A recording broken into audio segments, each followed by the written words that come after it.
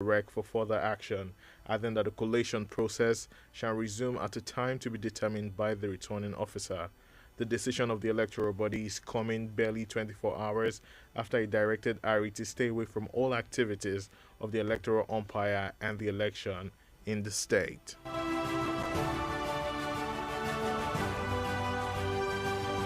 Justice Inyang Ekwo of the Federal High Court in Abuja has refused to entertain the ex-party application brought before him by the governorship candidate of the All Progressives Congress in the 2023 Adamawa gubernatorial election, Senator Aisha Dairu Ahmed, famously called Binani. The ex-party application filed by her lawyer Mohammed Sharif asked the court to determine whether the Independent National Electoral Commission can take any further steps on the declared Adamawa governorship election results made by its now suspended resident electoral commissioner Hudu Yunusa Ari. However, when the ex-parte was about to be moved today, Justice Ekwo cut in and asked Binani's lawyers to first address him if his court has jurisdiction to entertain such a matter. The judge subsequently gave Binani's counsel to file his address on the issue and fixed April 26 for hearing of the ex-parte application and the motion on whether the court has jurisdiction. The Nigerian Civil Aviation Authority (NCAA) says air passengers will soon start to get 100% instant refund anytime an airline cancels a flight. NCAA Director General Captain Musa Nuhu, who spoke on a televised program today, said this will become effective once a new regulation in the pipeline is signed into law. He said over R1 billion in aviation earnings is being lost to flight cancellations and delays. He, however, did not give the time frame to quantify the amount he said was being lost. Nuhu also concerted efforts have been made to resolve the ongoing strike by aviation workers at airports all over the country.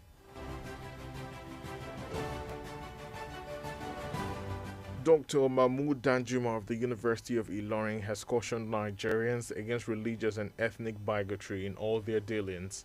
The Islamic scholar gave the warning at the second annual iftar organized by Kwara State Council of Nigerian Union of Journalists (NUJ) in Ilorin, where he observed that no nation could develop in the midst of hatred, religious and tribal sentiments, and joining journalists to be factual in their reportage, devoid of favoritism. Succession. Know that no one or no tribe or no region should customize power to themselves. Power should be shared, should be rotated. Policy making should be all inclusive. We are born to rule should not be a slogan of any tribe in Nigeria. Who are you? Who born you to rule? This is an oppression. If this region rules, allow other people of another religion or another region to also rule. Caliphate is a cardinal principle in Islam. Dr. Danjuma advocated peaceful coexistence among Nigerians and urged religious leaders to desist from hate sermons capable of igniting altercation in the society.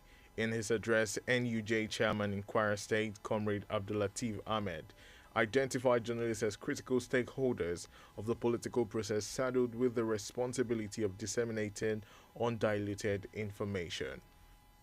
But you agree with me that this thing is imperative. Looking at the implications for the unity of this country, the implications of religion, using religion as an avenue to advance personal interests. I think it is important that if we have to govern our country properly, then, of course, I'm not saying we should do away with religion. I'm not saying we should do away with our ethnic group. I'm not saying that, but we have to be cognizant of the importance of nationhood instead of those ethnic inclinations. Comrade Ahmed encouraged Nigerian leaders to be alive to their responsibilities in responding to the yearnings and aspirations of the people they rule over. The news across the world is reaching you from Diamond 88.7 FM. We're going to break now. After that, to bring you foreign and sports news, to stay with us. Follow us on social media, Facebook, Twitter and Instagram at Diamond 87 FM. Diamond FM, shining supreme. Welcome back from the break. You're still listening to the news across the world, reaching from Diamond 88.7 FM in Iroyin. Now we continue with the stories. And we move on to the foreign scene, where the Chinese government has denied funding militants to assess Nigerian mining sites, noting strongly that it will never be involved in any form of terrorism financing. The Chinese embassy, in a statement in Nigeria, described a report by the Times of the United Kingdom insinuating terrorism financing in Nigeria by the Chinese government as totally irresponsible. The report, dated April 15, 2023, and titled "Chinese Bribe Nigerian Militants for Access to Vast Mineral Reserve," claimed that Beijing could be indirectly funding terror in Nigeria. However, the Chinese embassy said the report is based on unverified, unclear and unproven information, to which they have to express their strong dissatisfaction and objection. And still on the foreign scene, United Kingdom unemployment edged higher in the 3 months to the end of February, official data showed today, as the economy continues to be impacted by high inflation.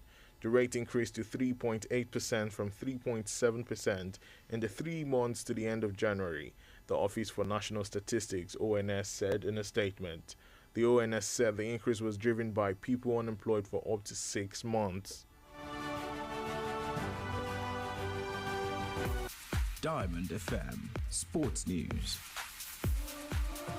In the exciting world of sport, the World Football Body FIFA has announced Argentina's replacement to host Under-20 World Cup to hold from May 20 to June 11 this year.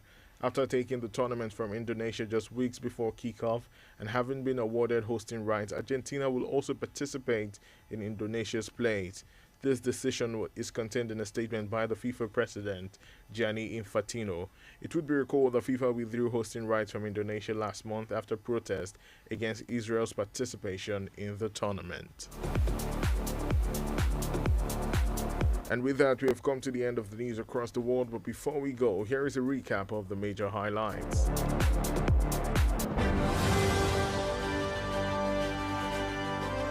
Buhari says PIA remains his administration's biggest achievement in energy sector. Court declines to hear Binani's ex-party application on Adamawa gubernatorial election. On the foreign scene, Chinese government denies funding militants to assess Nigerian mineral resources. In sports, Argentina replaces Indonesia's Under-20 World Cup host. Did you know? Literary giant William Shakespeare invented more than 1,700 words. Diamond FM says opportunities don't happen, you create them. For news coverage and information about happenings around you, kindly contact Diamond FM newsroom number on 0916 062 7526. That's 0916 062 7526. The news across the world was edited by Abdulafiz Oyewole. I am Mekamua Osigbodi. Thank you for listening to your shining supreme station.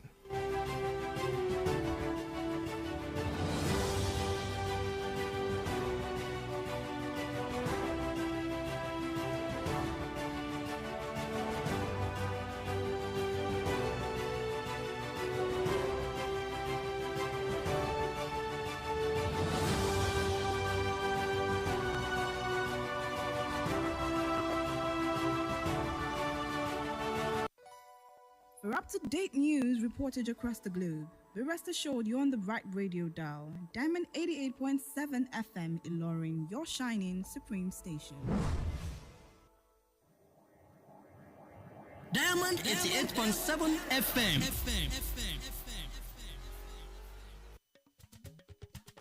Láti inú yàrá ìròyìn Diamond 88.7 FM Ìlọrin, Iroyin Agbaye. Ẹ kúrọ̀lẹ́, wọ́n yín àwọn kókó inú ìròyìn.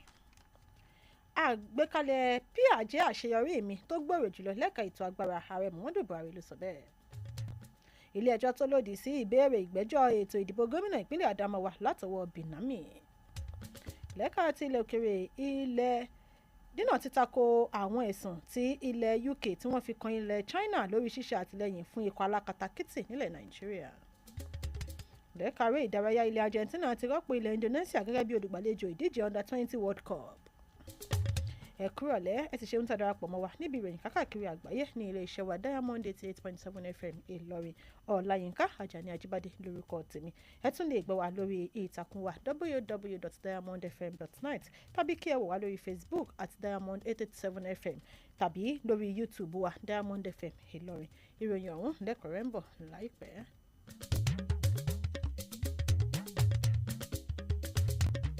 You need to sue me, man, or long. Kíkọ̀ rẹ̀ ní opportunity báyìí. My ex ló jápa ni. O lè ṣídìí kúrò nílẹ̀ Nàìjíríà tán pátápátá gbà bẹ́ẹ̀. O kò ní ṣàìní àwọn ẹbí, ọ̀rẹ́ àtolùfẹ́ rẹ lórí ilẹ̀ náà. O lè jápa nítorí tí o fẹ́ láti ṣe bẹ́ẹ̀. Ṣùgbọ́n sinmi rírannu mọ́ gẹ́gẹ́ bí ọ̀nà àbáyọ kan sí àwọn ìṣòro tó ń kojú orílẹ̀-èdè yìí lápapọ̀. Kódà bí o bá tilẹ̀ kó gbogbo ohun tí í ṣe tirẹ̀ kúrò nílé, síbẹ̀ ilé ẹni ni ilé ẹni, ìlú rẹ ní Nàìjíríà jẹ́ yóò máa gbé ọ lọ́kàn lájò. Ìmọ̀ràn yìí ló ń dé sétí ìgbọ́yìn láti ìkànnì Diamond 88.7 Ìlọrin.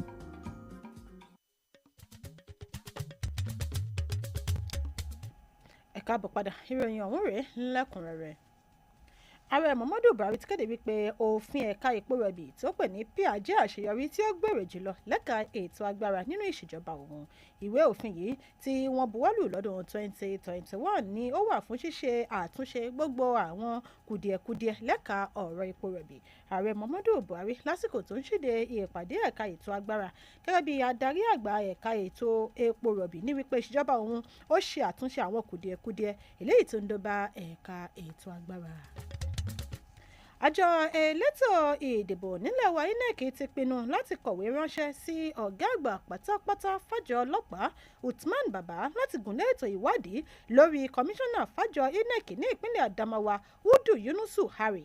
Àjọ INEC fi ẹnu ọ̀rọ̀ yìí kò lásìkò ìpàdé àwọn kọmíṣánná àgbà fájọ elétò ìdìbò ilẹ̀ wa eléyìí tí ó wáyé ní olú ilé iṣẹ́ àjọ INEC nílùú Àbújá lónìí lórí ọ̀rọ̀ nípa àfikún ètò ìdìbò gómìnà eléyìí tó wáyé ní ìpínlẹ̀ Adamawa. Lórí ẹ̀rọ Twitter àwọn lónìí ni àjọ elétò ìdìbò ilẹ̀ wa ti ní wípé akọ̀wé ìjọba orílẹ̀-èdè yìí ló pe àkíyèsí àwọn aṣòfin sí àwọn ìwà kò tọ́ eléyìí tí rẹ́ẹ̀kì ọ̀hún tí ó wù níwà pẹ̀lú àfikún wípé àkójọpọ̀ èsì ìdìbò yóò bẹ̀rẹ̀ padà lásìkò tí alámòjútó ìbò ní ìpínlẹ̀ náà tí yóò kéde láìpẹ́.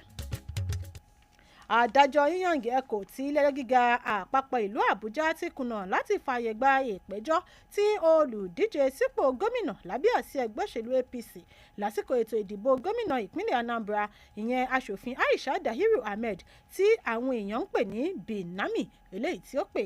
Olùpẹ̀jọ́ yìí ní wípé ìpẹ̀jọ́ rẹ̀ láti ipasẹ̀ agbẹjọ́rò rẹ̀ Mohammed Sheriff ń rọ ilé-ẹjọ́ láti ṣe ìdájọ́ bóyá àjọ INEC lè gbé ìtẹ̀síwájú ìgbésẹ̀ lórí ètò ìkéde àbájáde èsì ìdìbò gómìnà ìpínlẹ̀ Adamawa eléyìí tí kọmíṣánná fájọ INEC ní ìpínlẹ̀ náà ẹni tí ẹ̀kọ́ kò ṣojú mímu fún Udu Yunusa Hari ti ṣáájú kéde àmọ́ tí adájọ́ Eko rọ agbẹjọ́rò Binami láti kọ́kọ́ béèrè bóyá ilé-ẹjọ́ òun ó láṣẹ láti gbọ́ irúfẹ́ ẹjọ́ báwọn yìí. Adájọ́ wá fún agbẹjọ́rò Binami láàyè láti kọ̀wé ìbéèrè yìí tí ó sì mú ọjọ́ 26 oṣù kẹrin fún ìgbẹ́jọ́ yìí lórí bóyá ilé-ẹjọ́ yìí lẹ́tọ̀ọ́ tàbí kò lẹ́tọ̀ọ́ láti gbọ́ irúfẹ́ ẹjọ́ báwọn yìí. Àjọ tó ń rí sẹ́tò ìrìnnà ojú òfurufú NCAA ti kéde wípé láìpẹ́ àwọn arìnrìn-àjò ojú òfurufú yóò bẹ̀rẹ̀ sí ní máa gba owó wọn padà láì ṣẹ́kù kọ́bọ̀ kan nígbà yòówù tí èyíkéyìí iléeṣẹ́ ọkọ̀ ojú òfurufú bá wọ́gi lé ètò ìrìnnà tí kò yẹ ètò ìrìnnà eléyìí tí ó yẹ kó wáyé tí wọ́n pè ní cancellation of flight. Adarí àpapọ̀ àjọ NCAA ìyún Captain Musa Nuhu ẹni tí ó fọhùn lórí ẹ̀rọ amóhùnmáwòrán kan lónìí ní wípé ìlànà títun yìí yóò gbéra sọ ní kété tí wọ́n bá ti buwọ́lù ìwé àbádòfin tó ń bẹ nílẹ̀. Ó ní ó lé ní bílíọ̀nù kan náírà owó tí àwọn ń pa wọlé ni ó jẹ́ owó wíwọ́gilé ètò ìrìn àjò àti ìdádúró ìrìn àjò tí wọ́n pè ní flight delay. Ó fi kún wípé àwọn tí ń gbé ìgbésẹ̀ lórí yíyanjú owó ètò ìyanṣẹ́lódì lórí yíyanjú ọ̀rọ̀ ètò ìyanṣẹ́lódì eléyìí tó ń lọ lọ́wọ́ látọwọ́ àwọn òṣìṣẹ́ pápákọ̀ òfurufú jákèjádò orílẹ̀-èdè Nàìjíríà. Dókítà Mahmood Danjuma ti ilé ẹ̀kọ́ gíga fásitì Ìlọrin ti pè tako ìwà ẹlẹ́sìnmẹ̀sìn tàbí ẹlẹ́yàmẹ̀yà nínú gbogbo ìgbòkègbodò wa.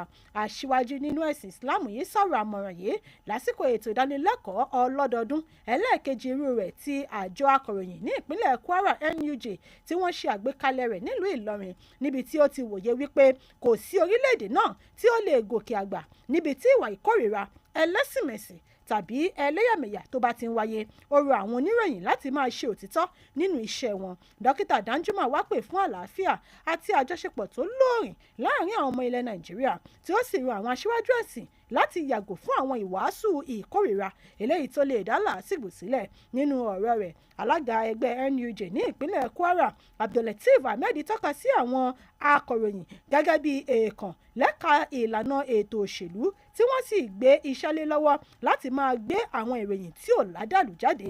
Comrade Ahmed wá gba àwọn olóṣèlú lámọ̀ràn láti máa múra sí ojúṣe kó wa wọn.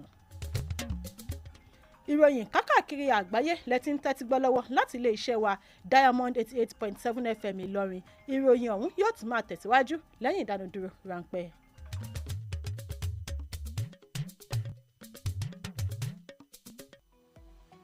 Ẹ darapọ̀ mọ́ wa ní ìtàkùn káyélujára wa, ìtàkùn ìbádọ́rẹ̀ẹ́ Facebook, ìtàkùn abẹ́yẹfò Twitter àti Instagram lórí Diamond 887 FM. Diamond FM, shining supreme.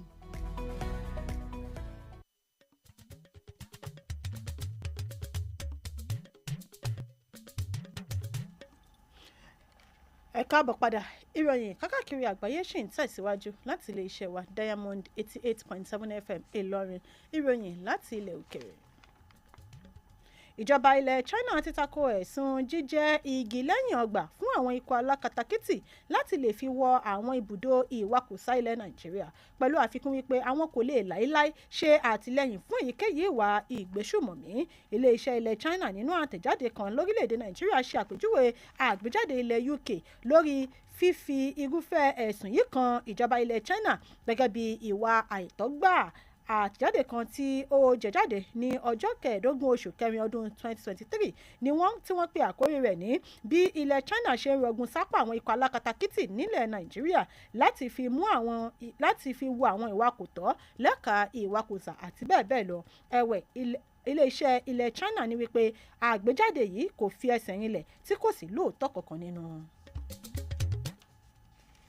Lẹ́ka ilẹ̀ òkèèrè bákan náà, àìríṣẹ́ṣe lórílẹ̀‐èdè UK ti ń gbòòrò sí láti nǹkan bíi oṣù mẹ́ta bẹ̀rẹ̀ láti òpin inú oṣù kejì, gẹ́gẹ́ bí ìṣẹ̀lẹ̀ ọ̀wọ́n gógó ti ṣe ń tẹ̀síwájú láti máa ṣe àkóbá fún ètò ọrọ̀ ajé orílẹ̀‐èdè náà. Àgbéjáde kan ló kéde ọ̀rọ̀ náà. Ìgbòòrò dé bá òǹkà yìí pẹ̀lú 3.8% láti 3.7% eléyìí tí ó wà tẹ́lẹ̀. Àjọ ONS ní wípé ìgbòòrò àìríṣẹ́ṣe ó ti ń peléke sí i láti nǹkan bíi oṣù mẹ́fà báyìí. Ìròyìn aré ìdárayá. Àjọ tó ń rí sọ̀rọ̀ ìdíje bọ́ọ̀lù aláfẹsẹ̀gbá lágbàáyé FIFA ti kéde ilẹ̀ Argentina gẹ́gẹ́ bí pààrọ̀ fún ti ìgbàlejò ìdíje Under-20 World Cup tí yóò bẹ̀rẹ̀ láàrin 20 oṣù karùn-ún sí ọjọ́ 11 oṣù kẹfà ọdún yìí, lẹ́yìn tí wọ́n gba ìdíje yìí lọ́wọ́ ilẹ̀ Indonesia ní nǹkan bí ó kù oṣù díẹ̀ kí ìdíje yìí ó bẹ̀rẹ̀. Argentina yóò tún máa kópa níbi ipò Indonesia. Ìpinnu yìí ló jẹyọ nínú àtẹ̀jáde eléyìí tí ààrẹ ẹgbẹ́ FIFA ìyẹn Gianni Infantino tí ó fi léde. Ṣebí ẹ rántí wípé àjọ FIFA gba ẹ̀tọ́ ìgbàlejò yìí lọ́wọ́ ilẹ̀ Indonesia lóṣù tó kọjá lọ lẹ́yìn ètò ìfẹ̀hónúhàn tako bí ilẹ̀ Israel bí wọ́n ṣe kópa níbi ìfẹsẹ̀wọnsẹ̀.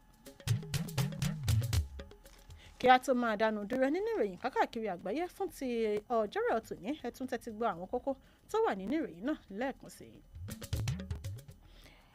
Àgbékalẹ̀ PIA jẹ́ àṣeyọrí mi tó gbòòrò jùlọ lẹ́ka ètò agbára ààrẹ Muhammadu Buhari ló sọ bẹ́ẹ̀. Ilé-ẹjọ́ ti lòdì sí ìbéèrè ìgbẹ́jọ́ ètò ìdìbò gómìnà ìpínlẹ̀ Adamawa látọwọ́ Binami. Lẹ́ka ti ilẹ̀ òkèèrè, ilẹ̀ China ti tako ẹ̀sùn tí ilẹ̀ UK fi kàn wọ́n lórí ṣíṣe àtìlẹ́yìn fún ikọ̀ alákatakítí nílẹ̀ Nàìjíríà. Lẹ́ka eré ìdárayá, ilẹ̀ Argentina ti rọ́pò ilẹ̀ Indonesia gẹ́gẹ́ bí olùgbàlejò ìdíje Under-20 World Cup. ǹjẹ́ mọ̀ wípé gbajúgbajà òǹkọ̀wé William Shakespeare ti ṣe àgbékalẹ̀ àwọn ọ̀rọ̀ àpilẹ̀kọ tó tó 100 níye. Iléeṣẹ́ Diamond FM wá ń fi àsìkò yìí rán ọ létí wípé àǹfààní kì í dédé wa, ìwọ ló ṣiṣẹ́ tọ̀. Bí ẹ bá wá rí èyíkéyìí ìròyìn tẹ́ fi tó yàrá ìròyìn iléeṣẹ́ wa Diamond FM létí, ẹ lè pe yàrá ìròyìn wa sórí 09160627526. Abdulhafiz Oyewole lolóòtú ìròyìn yìí. Olayinka Ajani Ajibade ló ti lókà sí etí ìgbọ́yìn. Ẹ ṣeun tẹ́ ń tẹ́sí gbọ́ ìkànnì wa Diamond 88.7 FM Ìlọrin. Ó dìgbà.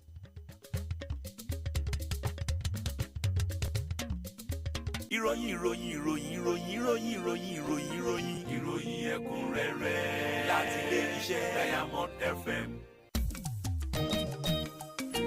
Diamond FM ìkànnì tó dùn. We focus on radio news.